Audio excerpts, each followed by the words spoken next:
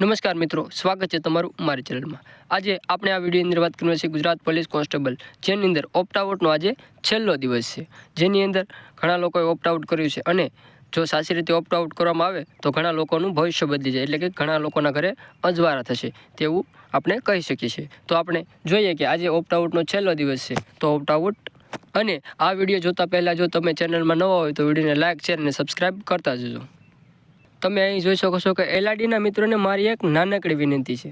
આજે તારીખ 8/12/2025 એટલે કે એલઆરડી ઓપ્ટ આઉટ માટેનો આજે છેલ્લો દિવસ છે, જેની અંદર હમણાં જ એએમસી ક્લાર્કનું રિઝલ્ટ આવ્યું છે। એમાં 27 ઉમેદવારો એવા છે કે જેનું કોમન ઉમેદવાર છે, જેમનું એલઆરડીમાં પણ થઈ ગયું છે અને એએમસી ક્લાર્કમાં બંનેમાં તેમનું રિઝલ્ટ આવ્યું છે। તેઓને નમ્ર વિનંતી છે કે તેઓ જલ્દીથી ઓપ્ટ આઉટ કરે।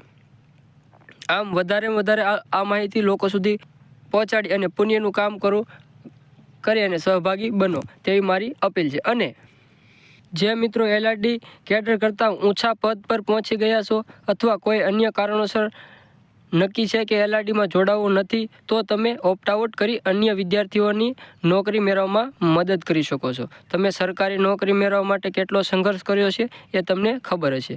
તમને સરકારી નોકરી મળ્યા પછી તમારા જીવનમાં જે બદલાવ આવ્યા એને વાગોળો અને હવે વિચારો કે જો તમે પસંદગી યાદીમાં ફક્ત એક માર્ક માટે રહી ગયા હોય તો આજે તમારું જીવન કેવું હોત। એટલે જો તમારે જોડાવવું નથી એ નક્કી જ છે તો તમે ઓપ્ટ આઉટ કરો, જેથી કરીને બીજાને લાભ મળી શકે। આ મેસેજ તમારી નોકરીના ભોગે કોઈ અન્ય વિદ્યાર્થીની નોકરી એ લગાડવા માટે નથી, પરંતુ સમયસર નિર્ણયના અભાવે કોઈની સીટ વેડફાય તેના માટે। એટલે કે જો તમે જલ્દીથી નિર્ણય લો તો કોઈ વિદ્યાર્થીઓને મદદ મળી શકે, કોઈ વિદ્યાર્થીની જિંદગી બદલી શકે। એટલે કે તમે જલ્દીથી નિર્ણય લો કે તમારે કોન્સ્ટેબલ એટલે કે એલઆરડીમાં જવું છે કે કોઈ બીજી નોકરીમાં હોય તો તે પસંદ કરવાની છે।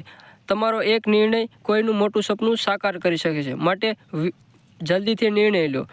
આ વિડીયો બધાને શેર કરો અને આ પુણ્યનું કામ કરો, જેથી તમારી ભાગીદારી તમારા બીજા ભાઈને કામ લાગી શકે।